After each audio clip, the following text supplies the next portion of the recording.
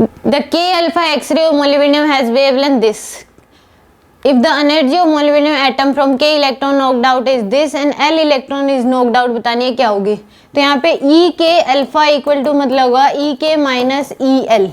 इसकी वैल्यू निकल जाएगी क्योंकि इसने वेवलेंथ दे रखी है। K अल्फा का मतलब है वेवलेंथ अगर गिवन है तो हमें एनर्जी पता लग जाएगी, और K अल्फा का मतलब है कि एनर्जी ऑफ K अल्फा का मतलब है energy E K minus L।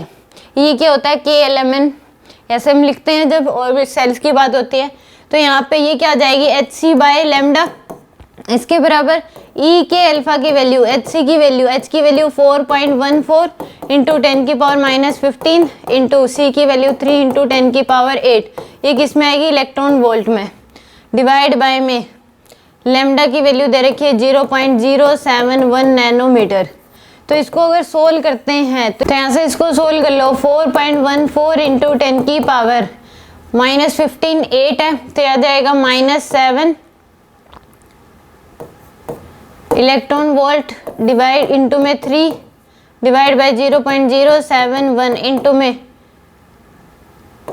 10 की पावर -9। तो E के अल्फा इक्वल टू ये आएगा 4.414 इंटू 10 की पावर -7 इंटू 3 इंटू 1.6 इंटू 10 की पावर -19 डिवाइड बाय 0.071 इंटू 10 की पावर -9।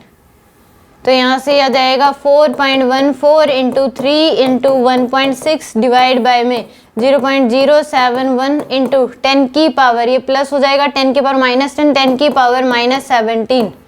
तो यहाँ से इसको सोल्व करेंगे तो ये जूल में आएगी।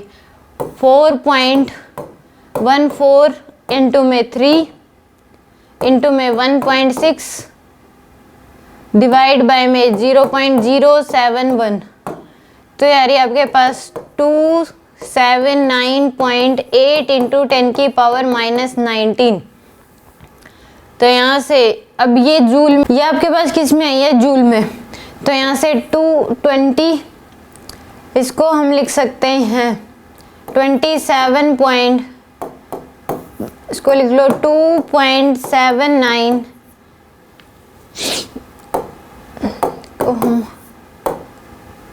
इसको लिख लो 279.8 इंटू 10 की पावर -17 डिवाइड बाय 1.6 इंटू 10 की पावर -19। तो यहाँ से आपके पास आ जाएगा ये 279.8 डिवाइड बाय 1.6 इंटू 10 की पावर 2।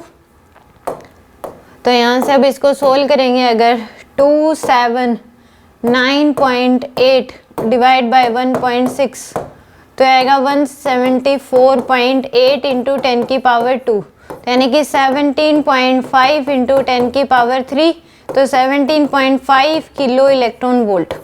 तो यहाँ से E के अल्फा इक्वल टू था E के माइनस EL, तो ये है आपके पास 17.5, ये है 27.5 माइनस EL, तो EL की वैल्यू आ जाएगी आपके पास 27.5 माइनस 17.5, तो आएगी आपके पास 10 किलो इलेक्ट्रॉन वोल्ट के बराबर। तो आंसर आएगा इसका 10।